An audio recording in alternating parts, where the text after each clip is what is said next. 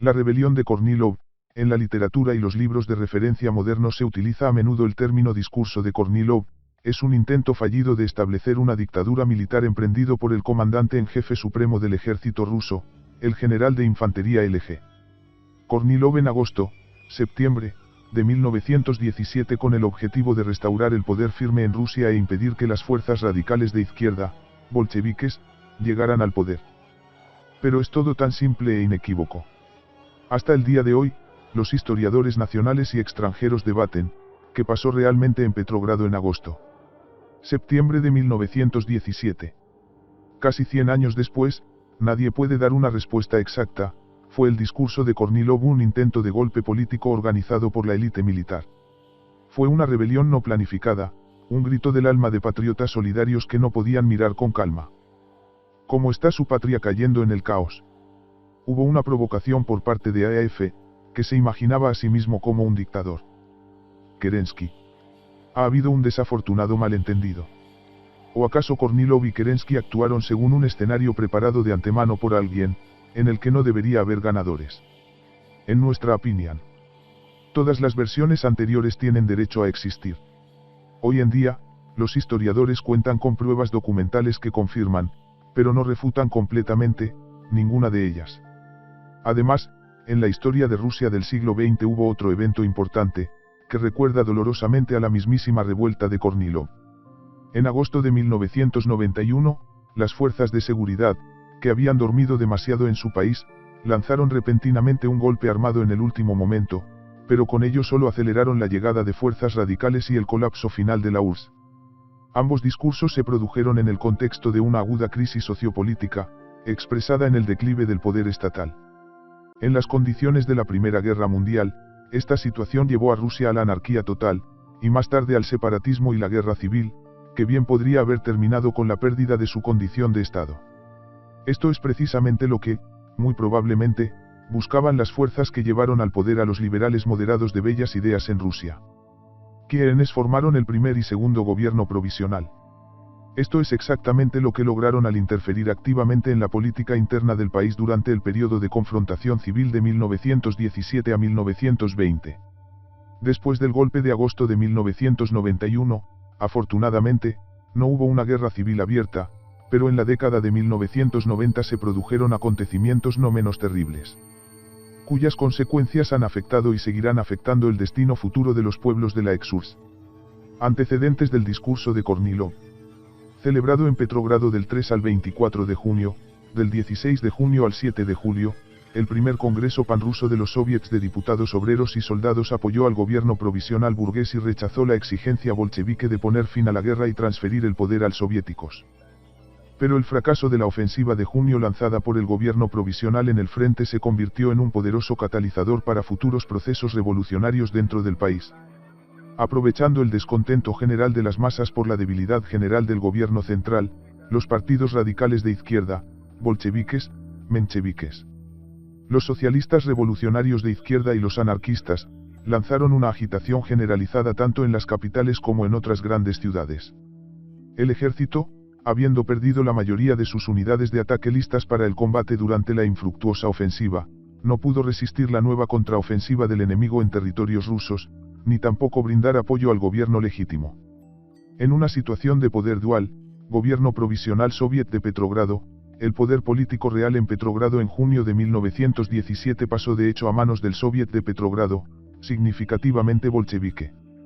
Las tropas de la guarnición de Petrogrado, agitadas por los bolcheviques y anarquistas, no querían seguir las órdenes del gobierno provisional e ir al frente. Todo esto sentó las bases para los acontecimientos de julio en Petrogrado, que se incluyeron en la literatura con el nombre de Crisis de Julio del gobierno provisional. Los disturbios en la capital comenzaron con protestas espontáneas de soldados, marineros y trabajadores de Kronstadt bajo las consignas de la dimisión del gobierno provisional, la transferencia de todo el poder a los soviéticos y las negociaciones con Alemania para concluir una paz separada. Los disturbios fueron liderados por los bolcheviques, que rápidamente unieron a los descontentos bajo sus consignas. Del 3 al 7 de julio de 1917 continuaron los enfrentamientos armados y las manifestaciones antigubernamentales en Petrogrado. Solo los cadetes y cadetes de escuelas militares, así como muy pocas unidades cosacas, se pusieron del lado del gobierno provisional en los enfrentamientos callejeros. La batalla más sangrienta y destructiva tuvo lugar en la zona del puente Liteini el 4-17 de julio de 1917, en la que las tropas gubernamentales utilizaron artillería. Solo el 6 de julio comenzaron a llegar a la capital las tropas convocadas por Kerensky desde el frente. En esos mismos días, el gobierno provisional arrestó a varios dirigentes bolcheviques. Destruyó la redacción del periódico Pravda. Trotsky acabó en Kresty, y Lenin y Zinoviev ya estaban de vacaciones en Razliv desde el 9 de julio. El 10-23 de julio de 1917 se formó el segundo gobierno de coalición, encabezado por A.F. Kerensky, quien al mismo tiempo conservó los cargos de ministros militar y naval. La composición del gobierno era predominantemente socialista. Incluía a los socialistas revolucionarios, mencheviques y demócratas radicales. Durante la crisis de julio, el gobierno provisional logró abolir la situación de doble poder a su favor durante varios meses. El Petrosoviet socialista revolucionario menchevique se sometió a su autoridad, pero la polarización política de la sociedad después de los acontecimientos de julio llegó a su límite. Después del tiroteo en las calles de la capital, pocas personas confiaron en los soviéticos y en las promesas de los políticos moderados. El país estaba esperando a su dictador, de derecha o de izquierda, no importaba. Después de los acontecimientos de julio, la autoridad en el entorno militar del general LG aumentó significativamente. Kornilov. El ejército y todas las fuerzas de derecha, que estaban cansados de los comisarios del gobierno persuasivos en jefe, miraban a Kornilov como al salvador de la patria. Los ministros socialistas también comprendieron que después del fiasco de la ofensiva de junio solo podrían salvarse llamando a Kornilov al poder y cumpliendo todas sus exigencias, desde restaurar la pena de muerte hasta prohibir los naipes, mítines y propaganda del partido en unidades de primera línea. La figura de Kornilov, un duro líder militar del pueblo, también resultaba atractiva para los aliados occidentales, que todavía querían librar la guerra con sangre rusa, pero no compartir los frutos de una victoria común. Siguiendo el consejo de su adjunto, el exterrorista B.V. Savinkova. En julio de 1917, Kerensky nombró al general de infantería L.G. Kornilov comandante en jefe supremo en lugar de A.A. Brusilov. B.V. Savinkov escribió sobre Kornilov. La actitud del general Kornilov ante la cuestión de la pena de muerte, su clara comprensión de las razones de la derrota de Tarnopol, su compostura en los días más difíciles y difíciles, su firmeza en la lucha contra el bolchevismo, finalmente, su ejemplar coraje civil, me infundieron un sentimiento de profundo respeto hacia él y fortalecieron la confianza en que era el general Kornilov quien estaba llamado a reorganizar nuestro ejército. Estaba feliz con este nombramiento. La tarea de revivir el ejército ruso fue confiada a un hombre, cuya voluntad inquebrantable y franqueza de acción sirvieron como la clave del éxito. Rápidamente comenzó a agruparse en torno a la figura de Kornilov una oposición sensata a los procesos revolucionarios en expansión. En primer lugar, se trataba de círculos de derecha asociados con la nobleza y los grandes terratenientes. Según el líder de los socialistas revolucionarios de derecha V.M. Chernova, Kornilov no tuvo que buscar ayudantes. Su comportamiento desafiante se convirtió en una señal para toda Rusia. Representantes de la Unión de Oficiales, encabezados por Novosiltsev, aparecieron y expresaron su deseo de trabajar para salvar al ejército. Llegaron delegados del Consejo Cosaco y de la Unión de Caballeros de San Jorge. El centro republicano prometió a Kornilov el apoyo de círculos influyentes y puso a su disposición las fuerzas militares de las organizaciones de Petrogrado. El general Krimov envió un mensajero al comité de la Unión de Oficiales con instrucciones de averiguar si era cierto que algo está en marcha y de informarle si debía aceptar el 11º ejército que le había ofrecido Denikin o permanecer con él. El tercer ejército, M. Cuerpo, que tiene, como él dijo, ir a alguna parte. Le pidieron que se quedara con el tercer cuerpo. Los mayores capitalistas rusos prometieron brindar apoyo financiero al movimiento, Rayabusinsky, Mourousov, Tretiakov, Putilov, Visnegradsky y otros. En abril. En mayo de 1917, la idea de instaurar una dictadura militar ganó popularidad entre los oficiales descontentos con el nuevo orden, se formaron muchas organizaciones militares. A mediados del verano, las más influyentes eran la Liga Militar, la Unión de Caballeros de San Jorge, cuartel general estaba en Petrogrado, y la unión de oficiales del ejército y la marina creada en el cuartel general de Mogilev. Las aspiraciones de los militares también fueron apoyadas por algunas organizaciones civiles, incluida la Sociedad para la Reactivación Económica de Rusia, encabezada por A.I. Guchkov y A.I. Putilov. En la primavera y el verano, se nominaron varios candidatos para el puesto de dictador militar, entre ellos el general M.V. Alexeev, que fue ofendido y destituido del puesto de comandante en jefe supremo, A. Brusilov, almirante A.V. Kolchak. Sin embargo, tras el nombramiento de L.G. Kornilov como comandante en jefe supremo, resultó ser el principal y único candidato a dictador. Al principio, Kerensky estuvo de acuerdo con las opiniones de Kornilov sobre la situación en el país y las formas de salir de ella. El 21 de julio, el embajador británico Buchanan transmite las palabras. El ministro de Asuntos Exteriores Tereshchenko, políticamente cercano a Kerensky, le dijo: solo queda una cosa, la introducción de la ley marcial en todo el país, el uso de consejos de guerra contra los trabajadores ferroviarios y obligar a los campesinos a vender cereales. El gobierno debe reconocer al general Kornilov. Varios miembros del gobierno deberán permanecer en la sede para comunicación constante con él. A mi pregunta sobre si Kerensky compartía sus puntos de vista, Tereshchenko respondió afirmativamente, pero dijo que el primer ministro tenía las manos atadas. Pero Kerensky comprendió perfectamente que la introducción de una dictadura militar y la dispersión del Soviet hacían al propio Kerensky superfluo. Solo podía mantener el poder maniobrando entre la derecha y los soviéticos como una especie de autoridad reconciliadora. Al mismo tiempo, el ministro presidente corría un riesgo demasiado grande de encontrarse entre la espada y la pared. Fue esta situación tan delicada la que determinó el comportamiento inconsecuente y ambiguo de Kerensky en relación con el discurso de Kornilov. Pronto la antipatía personal se sumó a la ambigüedad en la relación Kornilov-Kerensky. Cada uno a su manera buscó salvar la patria, pero acordar acciones conjuntas resultó ser una tarea demasiado difícil. En la conferencia de Estado celebrada en Moscú, del 12 al 15 de agosto de 1917, Kornilov expuso claramente por primera vez sus reivindicaciones políticas. Esto fue una sorpresa para Kerensky, que estaba tratando de sacar a Kornilov de las actividades políticas. El ministro presidente aceptó con gran reticencia participar en la reunión del comandante en jefe supremo, estipulando que Kornilov hablaría solo de cuestiones militares. Pero Kornilov pronunció un brillante discurso político. Causó una gran impresión en el público. Al salir, Kornilov fue colmado de flores y los cadetes y tekins lo llevaron sobre sus hombros. En la conferencia se produjo una división entre los grupos moderados y revolucionarios. En los discursos de L.G. Kornilova, A.M. Kaledina, P.N. Miliukova, V.V. Sulgin y otros derechistas formularon el siguiente programa: la liquidación de los soviéticos, la abolición de las organizaciones públicas en el ejército, la guerra hasta el final, el restablecimiento de la pena de muerte, una severa disciplina en el ejército y en la retaguardia, en fábricas. En vísperas de la reunión, la unión de oficiales, la unión de caballeros de San Jorge, la unión de tropas cosacas, el Congreso de Organizaciones No Socialistas y otros hicieron también llamamientos públicos de apoyo al comandante en jefe Kornilov. Todo esto dio a Kornilov confianza en la simpatía no solo de los generales y políticos, sino también de los oficiales y soldados. Pero mientras el gobierno provisional se reunía y celebraba foros, el 21 de agosto, 3 de septiembre, las tropas alemanas tomaron Riga.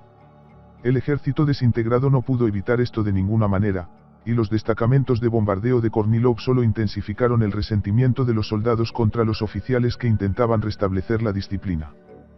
Programa Kornilov. Contrariamente a lo que afirman algunos historiadores, el general Kornilov nunca, ni antes de su discurso de agosto ni durante el mismo, ni oficialmente ni en conversaciones y conversaciones privadas, estableció un programa político definido. No lo tenía, como tampoco, junto con Kerensky, tenía consignas sociales y políticas directas.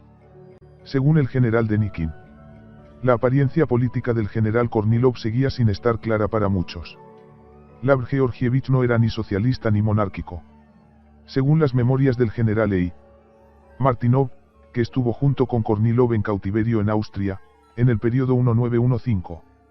En 1916, Kornilov compartía claramente las opiniones de las centurias negras y hervía de justa ira contra todos los hermanos liberales de la Duma, Guchkov, Miliukov, etc. Después de regresar a Rusia, cuando se levantó el revuelo en los periódicos en torno a la hazaña del general Kornilov, que escapó del cautiverio, Lav Georgievich se trasladó abruptamente a posiciones cercanas a él, nuevamente, según I. Denikin, a amplias capas de la democracia liberal.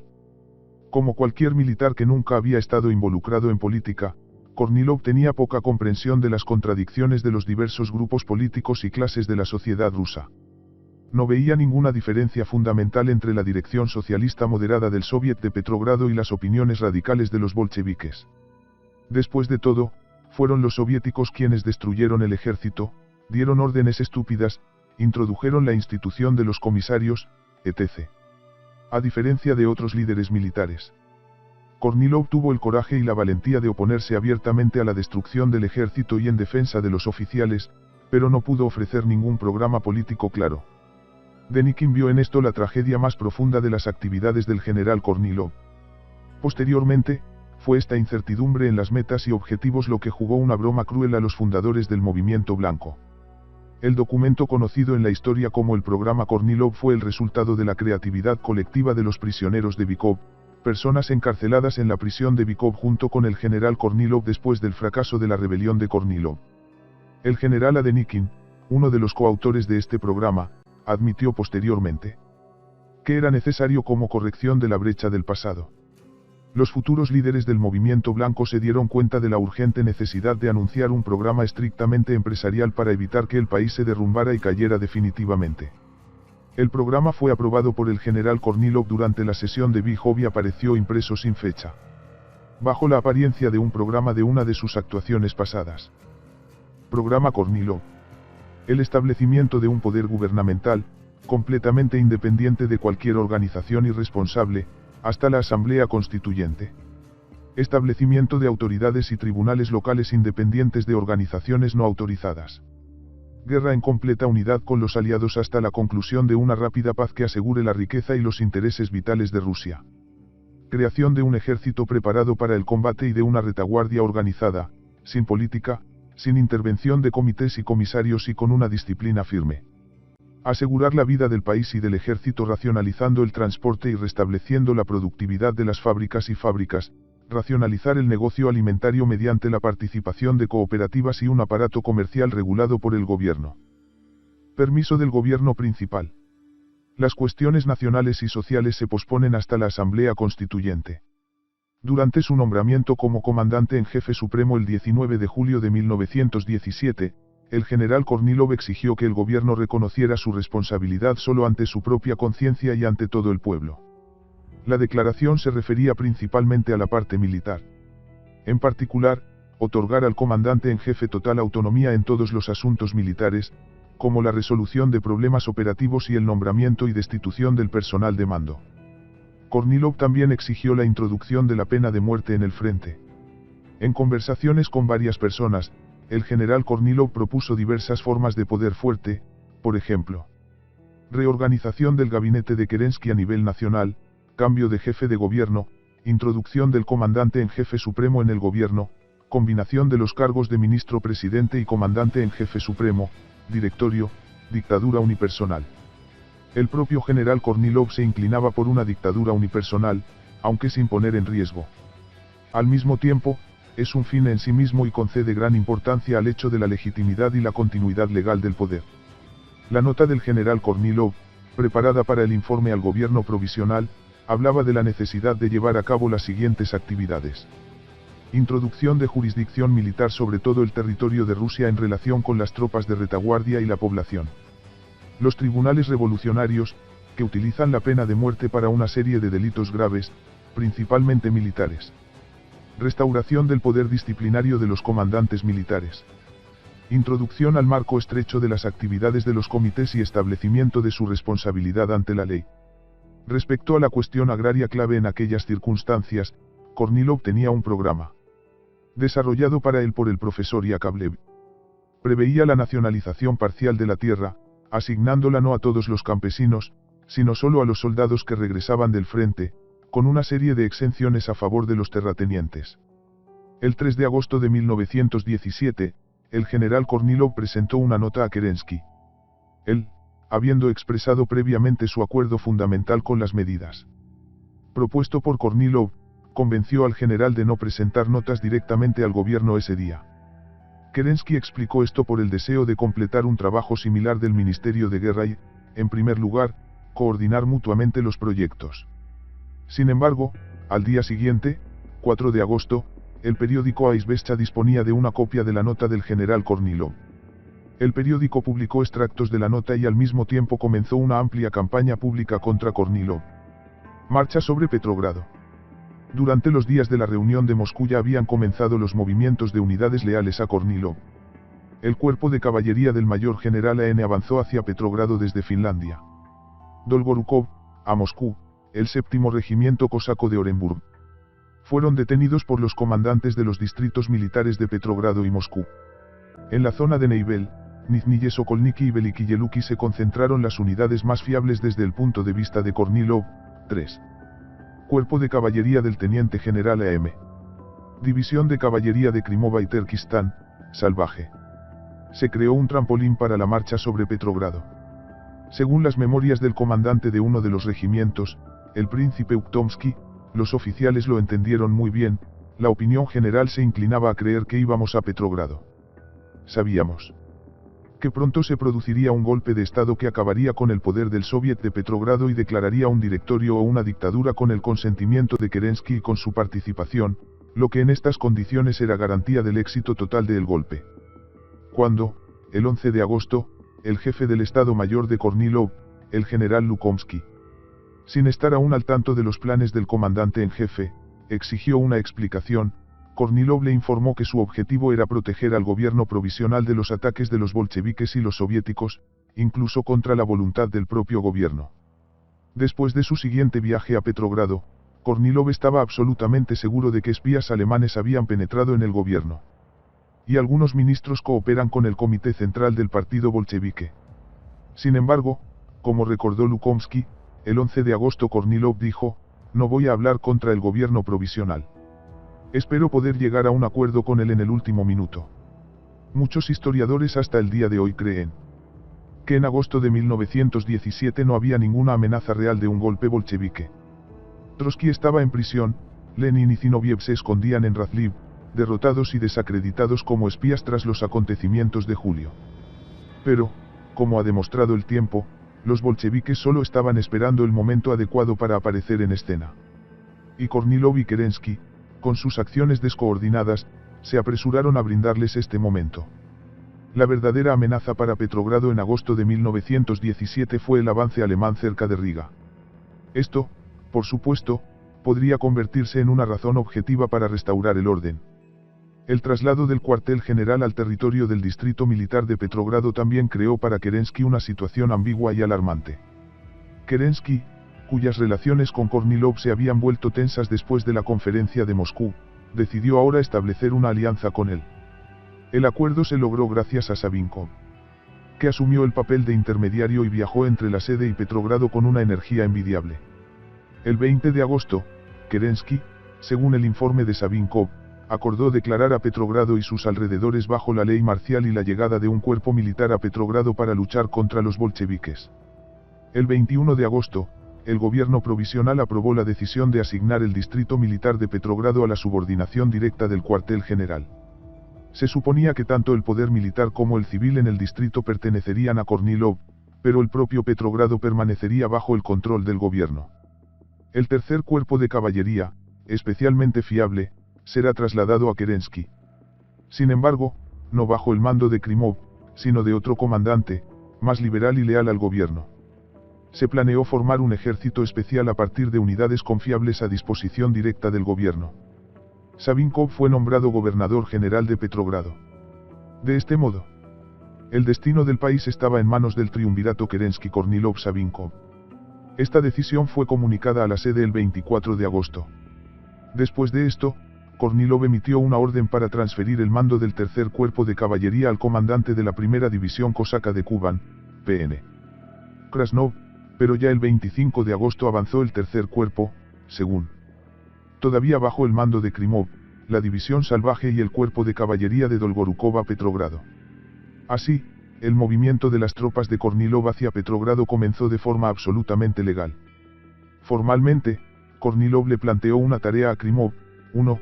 Si recibe de mí o directamente en el acto, información sobre el comienzo del discurso bolchevique. Trasladarse inmediatamente con el cuerpo a Petrogrado, ocupar la ciudad, desarmar partes de la guarnición de Petrogrado que se unirán al movimiento bolchevique, desarmar a la población de Petrogrado y dispersar a los soviets. 2. Al finalizar esta tarea, el general Krimov debía asignar una brigada con artillería a Oranienbaum y, al llegar allí, exigir a la guarnición de Kronstadt que desarmara la fortaleza y se trasladara al continente.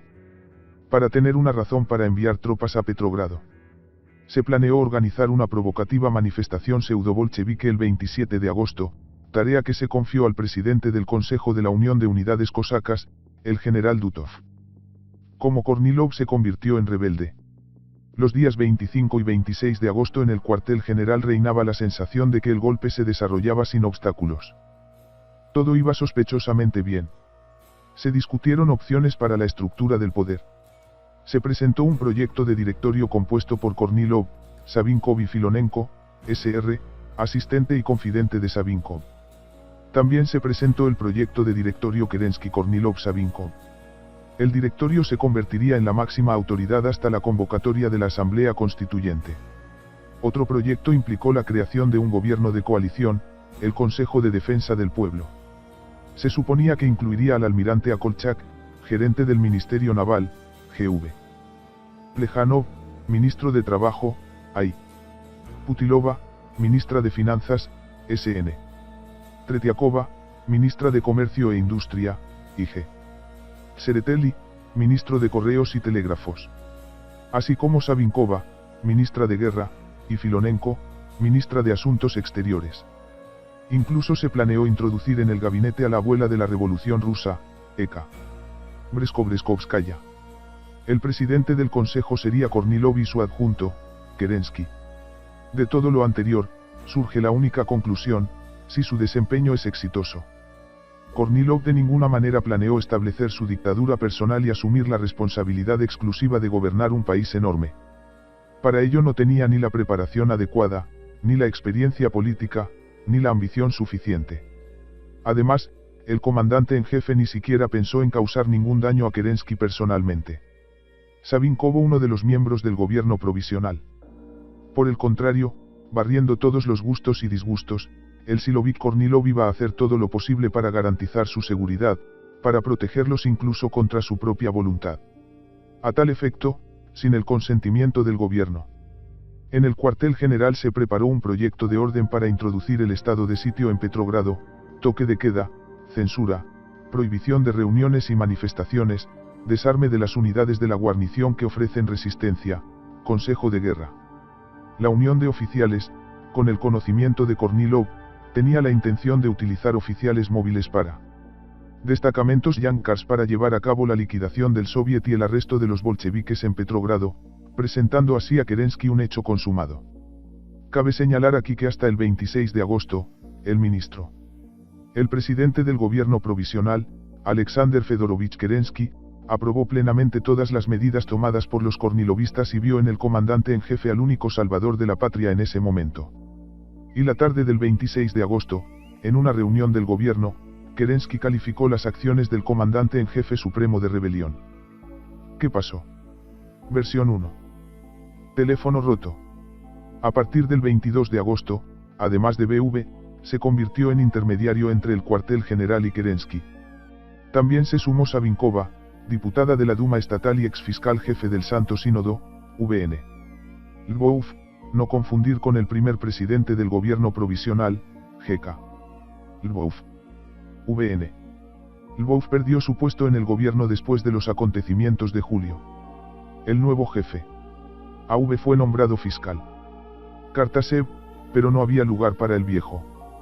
VN. Lvov gozaba de reputación de ser una persona de mente estrecha, bastante exaltada y frívola. Además, tenía todos los motivos para odiar a Kerensky por su dimisión.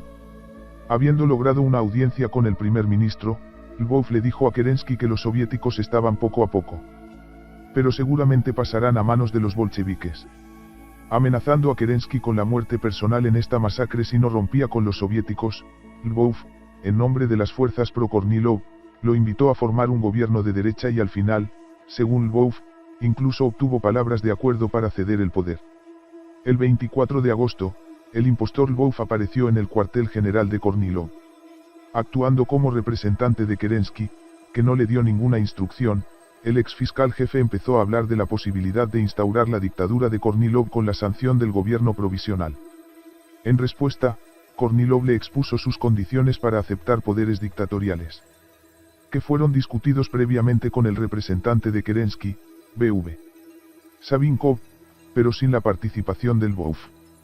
Introducción de la ley marcial en Petrogrado. Concentración del poder del comandante en jefe supremo y del ministro presidente en las mismas manos. Por supuesto, todo esto está ante la Asamblea Constituyente. Disposición a entregar a Kerensky la cartera de ministro de Justicia. Y Savinkov, ministro de Guerra. Kornilov también pidió al Lvov que advirtiera a Kerensky y Savinkov que no puedo responder por sus vidas en ninguna parte y, por lo tanto, les dejaría venir al cuartel general, donde pondré su seguridad personal bajo mi protección. El 26 de agosto, Lvov llegó a casa de Kerensky y le transmitió el mensaje de Kornilov de tal forma que el ministro.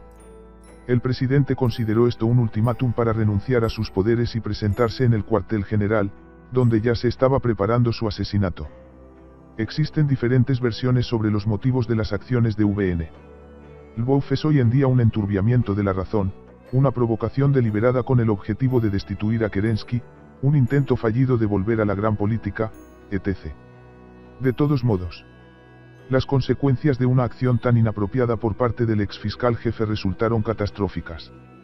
Kerensky ordenó que Lvov fuera arrestado como cómplice de Kornilov y enviado a la fortaleza de Pedro y Pablo, y el propio comandante en jefe fue inmediatamente destituido de su cargo y declarado rebelde. Versión 2. La provocación de Kerensky. Por supuesto, el gobierno de Kerensky. Kornilov tenía razones mucho más profundas que la hostilidad personal de estas dos figuras entre sí. Rusia continuó librando la guerra. El gobierno provisional, habiendo aceptado las obligaciones del gobierno zarista para con los países de la Entente, no rechazó ni los préstamos extranjeros ni la asistencia militar de los aliados. Así que Estados Unidos, al entrar en la guerra, en abril de 1917 concedieron al gobierno provisional un préstamo por valor de $325 millones.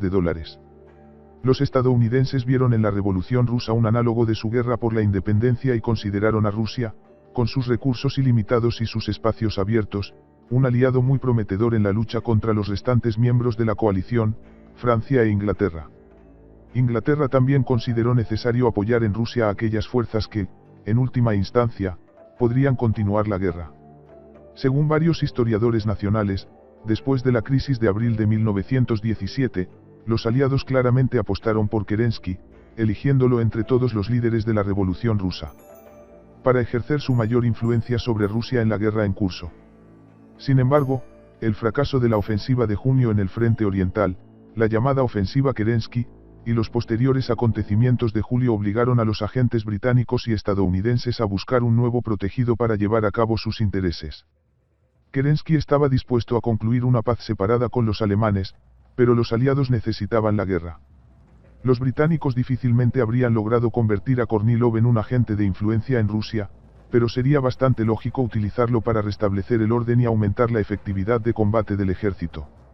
Además, el movimiento de Kornilov se llevó a cabo con la asistencia activa de los generales de alto rango del cuartel general, donde había muchos cabilderos de los intereses británicos, incluido el excomandante en jefe Alexeev, y partidarios de la guerra hasta el final. Así, en caso de que Kornilov fuera nombrado para cargos directivos, en el directorio, en cualquier otro gobierno. Además de la implementación de las medidas que había planeado para restablecer el orden en el ejército y en el país, Kerensky resultó ser un hombre muerto político. Los aliados, en cualquier caso, preferirían comunicarse con quienes tienen el poder real y el control del ejército en sus manos. Por eso Alexander Fedorovich se apresuró a eliminar la amenaza de la derecha, haciendo la vista gorda ante el peligro real que representa la izquierda radical. Queriendo deshacerse de una vez por todas de la oposición de derecha en el liderazgo militar, Kerensky permitió que las tropas de Kornilov marcharan sobre Petrogrado. Esto se hizo únicamente con el propósito de para crear la apariencia de un golpe militar y desacreditar al general políticamente ingenuo ante los ojos de los aliados y del público en general. El provocador VN, que apareció de la nada, encaja perfectamente en el guión preparado por Kerensky para Kornilov. Leópolis. Quizás Kerensky lo envió deliberadamente al cuartel general, para que luego tuviera alguien a quien referirse en su testimonio sobre la traición del general Kornilov. Esto lo demuestra el hecho de que en conversaciones telefónicas directas con Kornilov el 26 de agosto, Kerensky habló en nombre del BOF, que ni siquiera estaba allí. El texto de esta conversación se ha conservado y ha sido citado repetidamente en estudios. Dedicado a la rebelión de Kornilov. Kerensky, en nombre del BOF, hizo a Kornilov preguntas generales para que las respuestas del general parecieran una confirmación de sus acusaciones de conspiración. De hecho, Kornilov en esta conversación solo confirmó la invitación de Kerensky y sus asociados a Mogilev, por su propia seguridad. Pero no firmó de ninguna manera la presentación de ultimátums al gobierno provisional. Según Aidenikin, Kerensky temía sobre todo que la respuesta de Kornilov a la pregunta más importante, la naturaleza de sus propuestas, refutaría su interpretación del ultimátum y, por lo tanto, arrojaría deliberadamente la esencia de la pregunta en un tono deliberadamente oscuro. Formas. Inmediatamente después de esta conversación, la tarde del 26 de agosto, en una reunión del gobierno, Kerensky calificó las acciones del comandante en jefe supremo de rebelión. Sin embargo, el gobierno no se puso del lado de Kerensky. Durante la reunión, Kerensky exigió insistentemente poderes dictatoriales para reprimir la rebelión. Pero otros ministros se opusieron e insistieron en una solución pacífica. Como resultado, se redactó apresuradamente un telegrama firmado por Kerensky y se envió al cuartel general. Se pidió a Kornilov que entregara su puesto al general As. Lukomsky y partir inmediatamente hacia la capital. Un telegrama sin número, firmado simplemente Kerensky. Al principio en la central lo aceptaron como falso. Kornilov acababa de informar a Kerensky que el cuerpo de Krimov estaría en Petrogrado el 28 de agosto, por lo que pidió que se introdujera la ley marcial el día 29. Mientras tanto, el día 27 se publicó en los periódicos de la mañana la declaración de Kerensky, que comenzaba con las palabras: el 26 de agosto, el general Kornilov me envió a un miembro de la Duma estatal, VN Lvov, exigiendo que el gobierno provisional transfiriera toda la plenitud del poder militar y civil, para que, a su discreción personal, se formara un nuevo gobierno ser elaborado para gobernar el país. Kornilov estaba furioso. Solo en respuesta a la declaración de Kerensky decidió oponerse abiertamente al gobierno provisional, acusándolo de traición: pueblo ruso. Nuestra gran patria está muriendo. La hora de su muerte está cerca. Obligado a hablar abiertamente, yo, el general Kornilov, declaro que el gobierno provisional, bajo la presión de la mayoría bolchevique de los soviéticos, actúa en total conformidad con los planes del Estado Mayor alemán y, simultáneamente con el próximo desembarco de las fuerzas enemigas en la costa de Riga, mata al ejército y sacude al país por dentro. Yo, el general Kornilov, hijo de un campesino cosaco, declaro a todos y a todos que personalmente no necesito nada, excepto por la preservación de la Gran Rusia, y juro llevar al pueblo, mediante la victoria sobre el enemigo, a la Asamblea Constituyente, en la que ellos mismos decidirán sus destinos y elegirán una forma de nueva vida estatal. No puedo traicionar a Rusia y dejarla en manos de su enemigo primordial, la tribu alemana, y convertir al pueblo ruso en esclavo de los alemanes. Y prefiero morir en el campo del honor y de la batalla, para no ver la vergüenza y la desgracia de la tierra rusa. Pueblo ruso, la vida de vuestra patria está en vuestras manos. Kornilov se negó categóricamente a renunciar al puesto de comandante en jefe y el general Lukomsky se negó a aceptarlo. En respuesta a la exigencia de detener el movimiento de Krimov, Lukomsky telegrafió a Kerensky: es imposible detener un negocio que comenzó con su aprobación. El general VN, comandante del Frente Norte, se negó a detener los trenes y aceptar el puesto de comandante en jefe. Klembovsky, de los 5 comandantes del frente, fue uno de los 2 que apoyaron abiertamente a Kornilov. El segundo fue el comandante del Frente Sudoeste, Aidenikin, quien declaró su apoyo a Kornilov inmediatamente después de recibir el telegrama de Kerensky. Kerensky tomó el mando y convocó a Alexeev a Petrogrado para nombrarlo comandante en jefe. También se negó a ejecutar tal orden. El 28 de agosto, se emitió un decreto al Senado de Gobierno, declarando formalmente a Kornilov rebelde y traidor. Por su parte, Kornilov afirmó que había asumido pleno poder, asumido la obligación de salvar la Gran Rusia y llevar al pueblo a través de la victoria hasta la convocación de la Asamblea Constituyente. Sin embargo, las apelaciones firmadas por el eje Kornilov los días 28 y 29 de agosto no llegó ni al ejército ni a la población en general, ya que el telégrafo estaba bajo control gubernamental. El discurso del general fue apoyado únicamente por la Unión de Oficiales, algunas organizaciones de oficiales de Petrogrado, así como los comandantes de los 4 frentes declararon su solidaridad con el comandante en jefe supremo. Falla. Mientras Kornilov y Kerensky intercambiaban bromas, llamándose mutuamente rebeldes y traidores, el cuerpo del general Krimov, según el acuerdo anterior, continuaba su movimiento hacia Petrogrado. Las tareas del cuerpo continuaron incluyendo salvar al gobierno provisional de los soviets bolcheviques. El 24 de agosto, Krimov fue nombrado por el general Kornilov comandante en jefe de un ejército separado de Petrogrado. A Krimov se le encomendó la represión de las protestas en la capital. De acuerdo con el plan previamente elaborado, se programó una provocativa manifestación pseudo-bolchevique para el 27 de agosto en Petrogrado. Lo que supuestamente daría lugar a la entrada de las tropas de Krimov en la ciudad, la dispersión del Consejo y la declaración de la capital bajo la ley marcial. La manifestación debía ser organizada por el presidente del Consejo de la Unión de Unidades Cosacas, Ataman Dutov, pero no pudo realizar esta tarea. El 28 de agosto, Kornilov y su adjunto Lukomsky se negaron a cumplir con las exigencias de Kerensky de detener a las tropas de Krimov. Por el contrario, Kornilov decide utilizar la fuerza militar para forzar al gobierno provisional. Excluir de su composición a aquellos ministros que, según la información de que disponía, Kornilov, eran evidentes traidores a la patria. Reconstruir así. Para que el país tenga garantizado un poder fuerte y firme. Fueron precisamente estas instrucciones las que dio el comandante en jefe al general Krimov, cuyas tropas ocuparon Luga el 28 de agosto y desarmaron a la guarnición local. En la estación de Antropsino, la división nativa, salvaje, entró en un tiroteo con los soldados de la guarnición de Petrogrado. Estos días Kerensky, Savinkov y otros miembros del gobierno provisional buscaban activamente oportunidades de negociación, pero nadie se atrevía a ir al cuartel general. Entre las tropas corrían rumores de que Kerensky había sido condenado a muerte. Pero entonces los soviéticos ofrecieron ayuda al gobierno para reprimir el levantamiento. El gobierno se vio obligado a recurrir a los servicios de agitadores bolcheviques para contactar con las unidades rebeldes y distribuir armas a los trabajadores de Petrogrado, quienes comenzaron a formar sus propias unidades de milicia.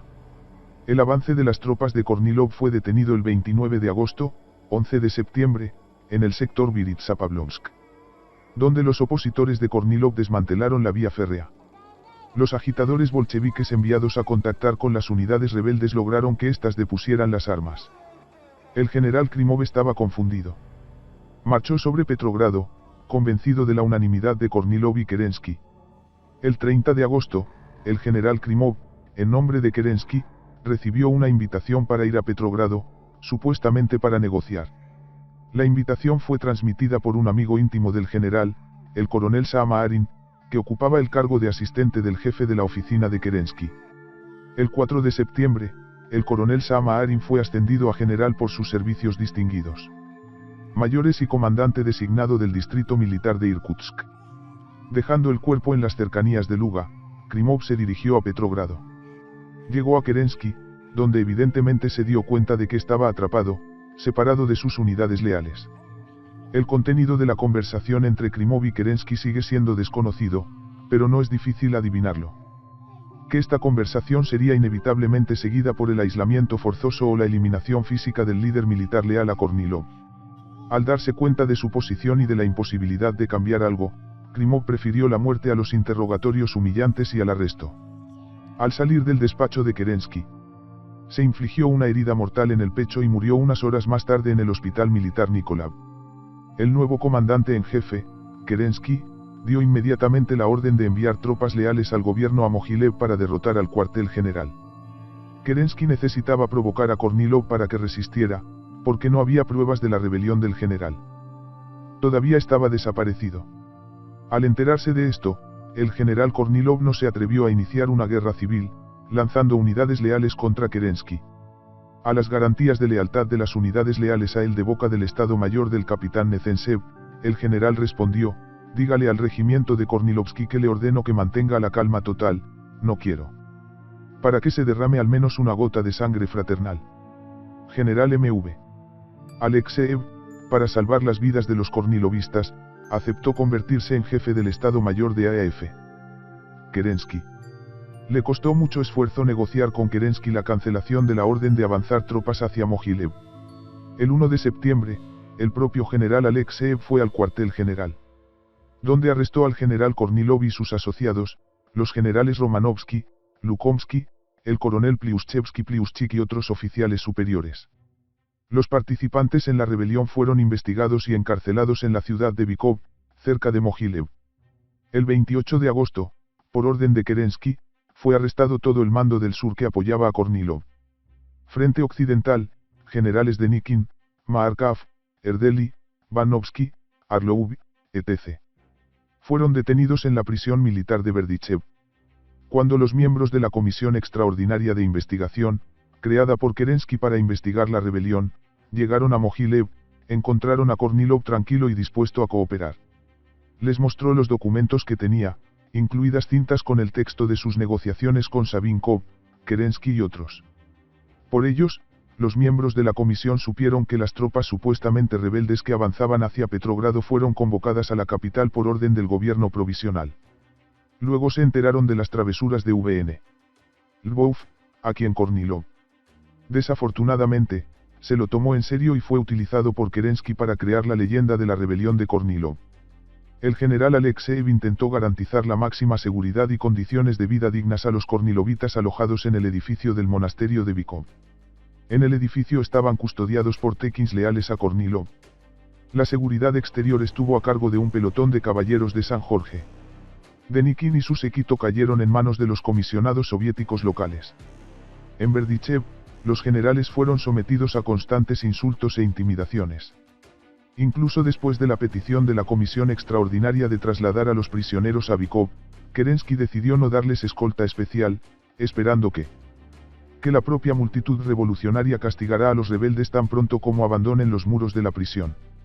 Envió un telegrama al comisario. Confío en la prudencia de la guarnición, que puede elegir entre ella 2 representantes para que la acompañen. El general Denikin en ensayos sobre los disturbios rusos describió con gran detalle el episodio del convoy de prisioneros a pie hasta la estación de Berdichev, que más se parecía al camino hacia el Gólgota. La multitud casi los hizo pedazos. Los participantes en el discurso de Kornilov, también son testigos peligrosos del crimen de Kerensky, sobrevivieron por pura casualidad. El oficial del convoy, el director de la escuela de alférez de Zitomir, resultó ser una persona decente. Llevó a sus cadetes para protegerlos, quienes cumplieron con su deber hasta el final. M.V. Alexeev dimitió una semana después del arresto de Kornilov. Sobre este breve, solo unos días. Un periodo de su vida que el general siempre mencionó posteriormente con profunda emoción y dolor. Mikhail Vasilievak expresó su actitud hacia los kornilovitas en una carta al editor de Novoye Vremya, vea Suvorin. Rusia no tiene derecho a permitir el crimen que se está preparando en un futuro próximo contra sus mejores y valientes hijos y hábiles generales. Kornilov no invadió el sistema estatal, buscó, con la ayuda de algunos miembros del gobierno, cambiar la composición de este último, seleccionar personas honestas, activas y enérgicas. Esto no es traición, no es rebelión. Consecuencias. Una de las consecuencias más importantes del discurso de Kornilov fue que lo que tanto Kerensky como Kornilov intentaron evitar fue la posibilidad de un golpe bolchevique. El flanco político derecho fue aplastado y desacreditado. Para Kerensky, esto significó que ya no podía proseguir con su anterior política de maniobras. Las relaciones con el ejército, los oficiales y la élite militar quedaron arruinadas para siempre. El gobierno provisional se puso en una situación de completa dependencia del apoyo de los soviéticos, cada vez más bolchevizados. Los bolcheviques, gracias a la organización de la resistencia a Kornilov, no solo se recuperaron y rehabilitaron completamente ante los ojos de las masas después del desastre de julio, sino que también lanzaron una ofensiva activa. 4 de septiembre LD. Trotsky, el principal organizador y ejecutor del golpe de octubre, junto con otros bolcheviques arrestados tras el levantamiento de julio, fueron liberados de la prisión de Kresty. Ya el 20 de septiembre asumió la presidencia del Soviet de Petrogrado y 3 semanas más tarde, con la plena connivencia del gobierno, formó el Consejo Militar. Comité Revolucionario para liderar el levantamiento. El gobierno de Kerensky, privado del apoyo de la derecha, no pudo oponerse en absoluto a los bolcheviques y solo fue capaz de seguir una política conciliadora. El propio Trotsky, en sus memorias, señaló la rápida radicalización de los círculos soviéticos ya durante la supresión del discurso de Kornilov. Después de los días de Kornilov, se abrió un nuevo capítulo para los soviéticos. Aunque a los transigentes todavía les quedaban muchos lugares podridos, especialmente en la guarnición, el Soviet de Petrogrado reveló una inclinación bolchevique tan marcada que sorprendió a ambos bandos, la derecha y la izquierda. La noche del 1 de septiembre, bajo la presidencia del mismo Chkheidze, el Consejo votó por el poder de los trabajadores y campesinos. Los miembros ordinarios de las facciones conciliadoras apoyaron casi por completo la resolución bolchevique. Si en los días de agosto los bolcheviques y los soviets aparecían a los ojos de las masas como los salvadores de la democracia revolucionaria, entonces el gobierno provisional y Kerensky personalmente se desacreditaron seriamente al demostrar, por un lado, impotencia, por el otro, disposición a confabularse con la contrarrevolución. Los cadetes, claramente implicados en el movimiento de Kornilov, también estaban completamente desacreditados políticamente. La exigencia de su salida del gobierno se convirtió en septiembre-octubre en una de las principales exigencias de los círculos soviéticos. El propio Kerensky dio todas las razones para que la propaganda bolchevique se llamara a sí mismo, a través de labios de Lenin, un kornilovista que se peleó con Kornilov por accidente y continúa estando en la alianza más íntima con otros kornilovistas. En los días de agosto de 1917, los bolcheviques tuvieron la oportunidad de armarse de forma totalmente legal y crear estructuras militares, que aprovecharon durante el golpe. Según Uritsky, hasta 40.000 fusiles cayeron en manos del proletariado de Petrogrado.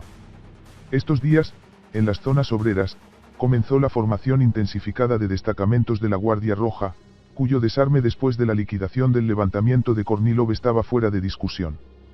Solo quedaba hacer girar todos estos destacamentos armados hacia el Palacio de Invierno, donde se reunía el gobierno provisional. Las consecuencias de la rebelión de Kornilov también desempeñaron quizás un papel clave en la historia de la guerra civil. Los socialistas y oficiales antibolcheviques nunca confiaron unos en otros. Pero fue la conspiración de Kornilov la que provocó la ruptura final. Ninguna de las partes quería perdonar o olvidar agravios imaginarios y reales o, como ellos mismos lo llamaron, traición. La principal razón de la victoria de los rojos en la guerra civil fue la falta de unidad en el campo de sus enemigos. Y aquí tenemos que hablar no solo de las contradicciones entre representantes de diversas fuerzas antibolcheviques, socialistas revolucionarios, cadetes, monárquicos, sino también de la falta de unidad en las filas de la dirección del movimiento blanco desde sus inicios hasta su trágico final.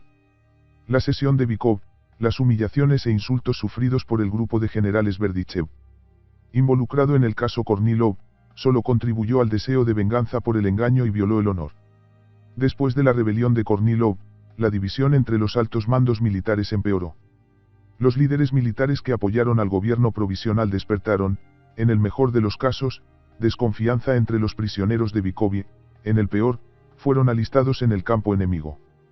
En el invierno de 1917 a 1918, es decir, ya en la etapa inicial de formación del movimiento blanco, hubo contradicciones abiertas entre Kornilov y Alexeev, que lo arrestaron, sospechas mutuas, repetidas acusaciones mutuas de conspiraciones, etc., etc. En la historiografía rusa también existe una versión muy popular de que fue M.V. Alexeev, un protegido de la facción cadete del gobierno provisional, fue el principal inspirador y organizador de la conspiración de Kornilov. El 28 de agosto, los cadetes decidieron que el gobierno debería estar encabezado por M.V. Alexeev. Este último estuvo de acuerdo con esto. Además, en una reunión en el Palacio de Invierno, se hizo un intento fallido votando, de manera bastante legal, para destituir a Kerensky de su cargo. Si las organizaciones de oficiales de la capital, nuevamente subordinadas a Alexeev, comenzaran a actuar y las tropas de Kornilov solo las apoyaran, y, al mismo tiempo, si la intriga de los cadetes para llevar al poder al general Alexeev hubiera tenido éxito, el golpe tendría todas las posibilidades de éxito. En este caso, Kornilov simplemente tendría que aceptar los derechos del dictador M.V. No se habría atrevido a desafiar a Alexeev, que era incomparablemente más autoritario en el ejército. Pero Kerensky se negó a entregar el poder a petición de los cadetes y él mismo pasó a la ofensiva. Luego resulta que, en caso de fracaso, Alexeev simplemente entregó a su protegido miope a Kerensky, y él mismo permaneció libre. Quizás el general Kornilov así lo pensó. Su temprana muerte puso fin a la enemistad oculta, pero la desconfianza inicial y la inconsistencia en las acciones de los líderes de las fuerzas blancas se hicieron sentir más de una vez en el futuro. Elena Sirokova.